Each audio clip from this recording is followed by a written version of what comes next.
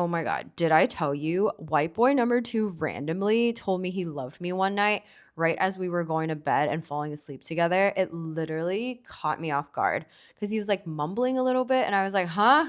What did you say?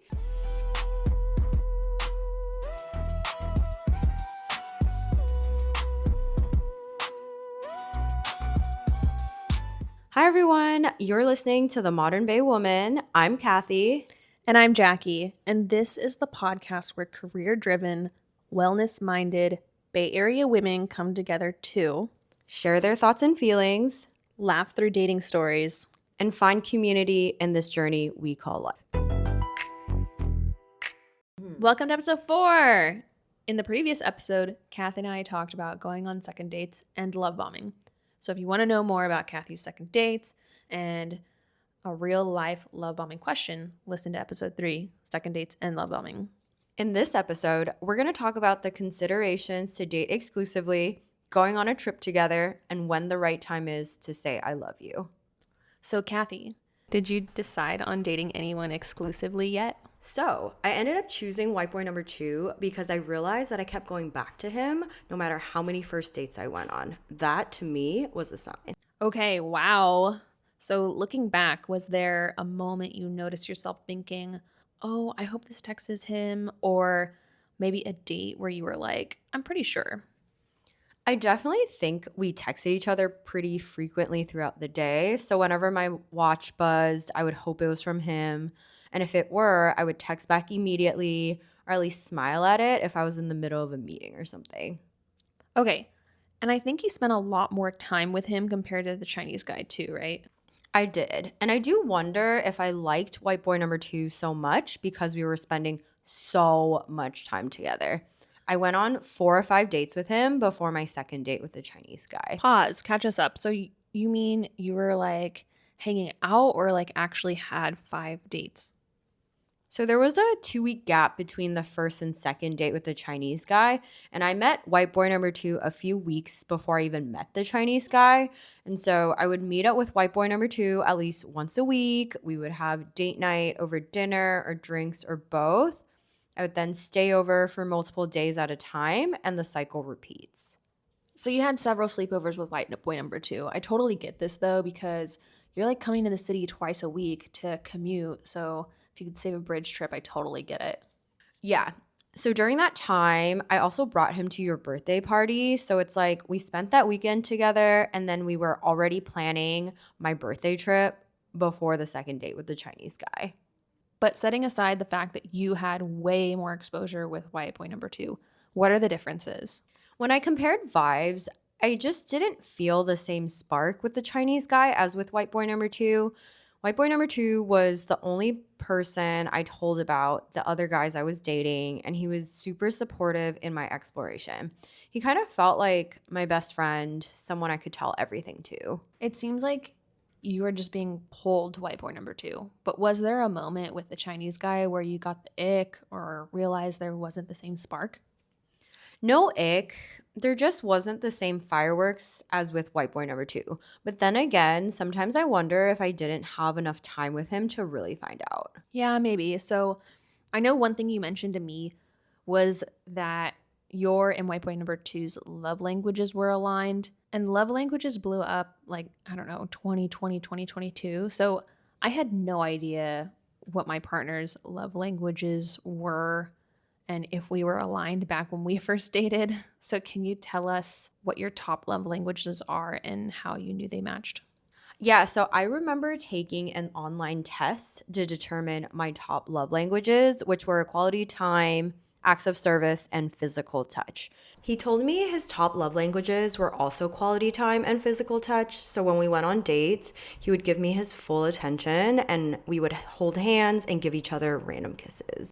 Okay, but there is more to deciding than just love and vibes. What else? We did have some serious conversations and felt pretty aligned. We both enjoy having our parents and siblings active in our lives. And if all went well, we would want to move in together and get engaged after a year of dating. And we were both interested in having 2 kids within the next 5 years.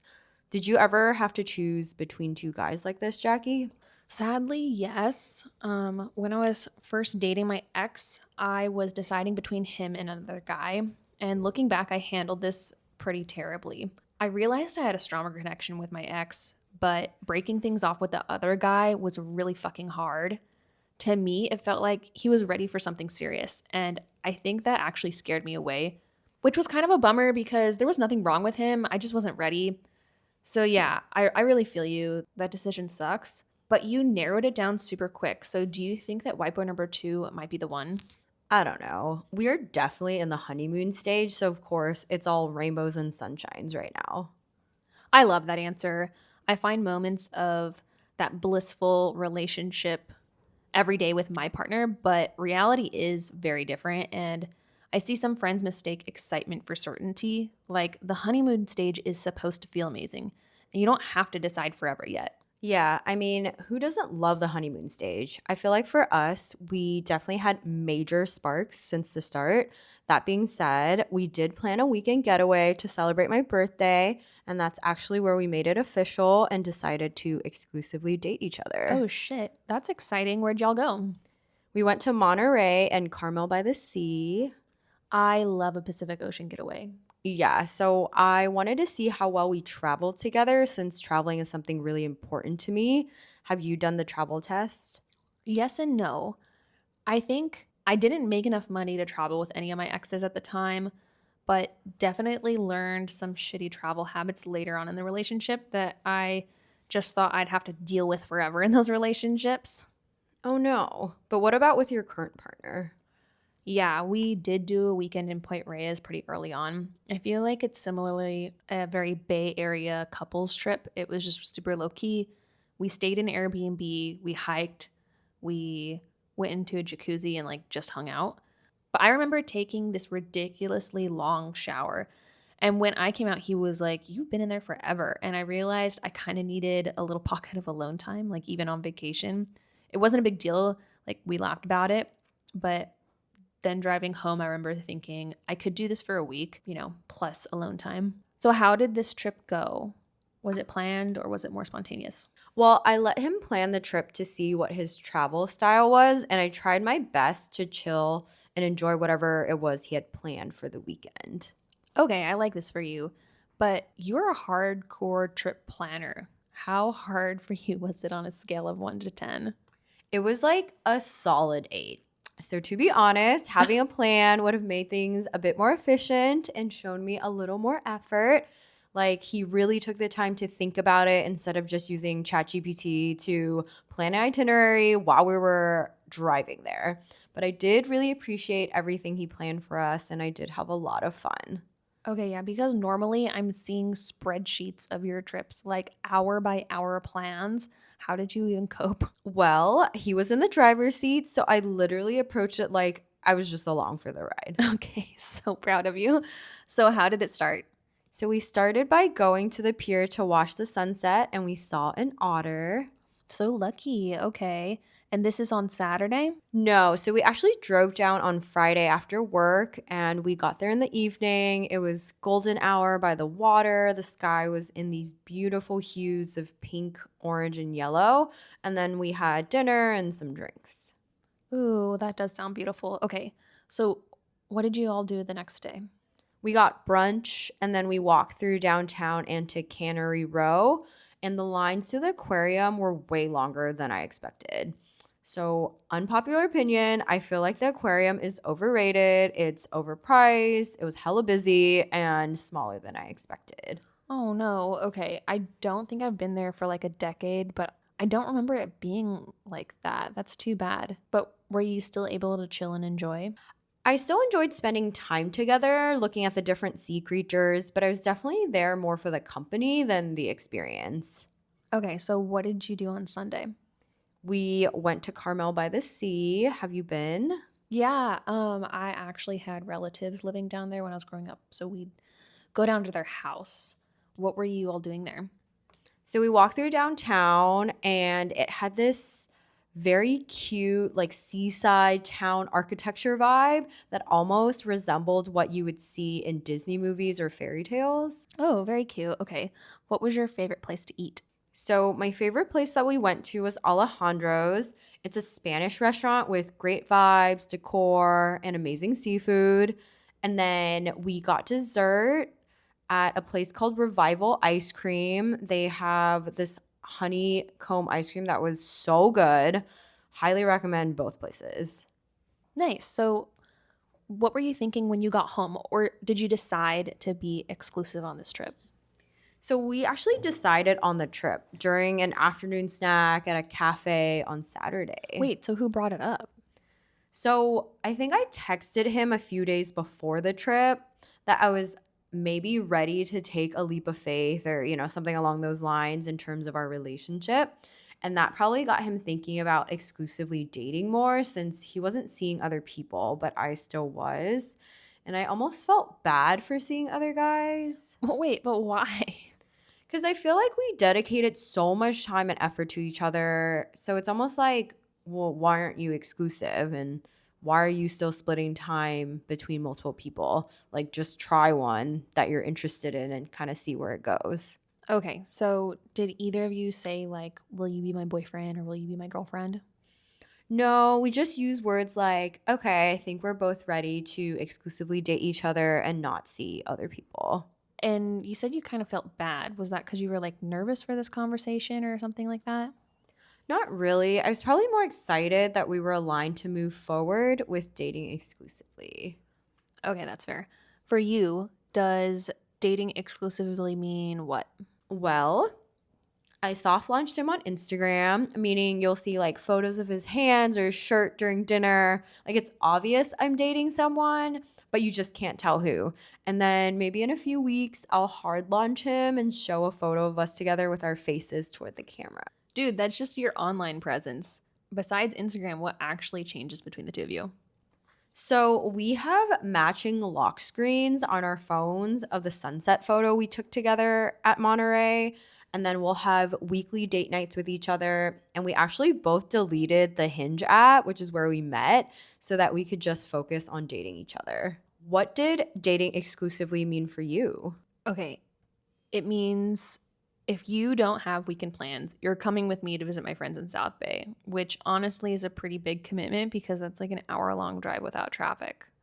It also means having like date night for special events, but I don't really post on IG a lot, so I can see that like your posting methods change and how that's kind of like a big deal. So on the other end, what happened with the Chinese guy?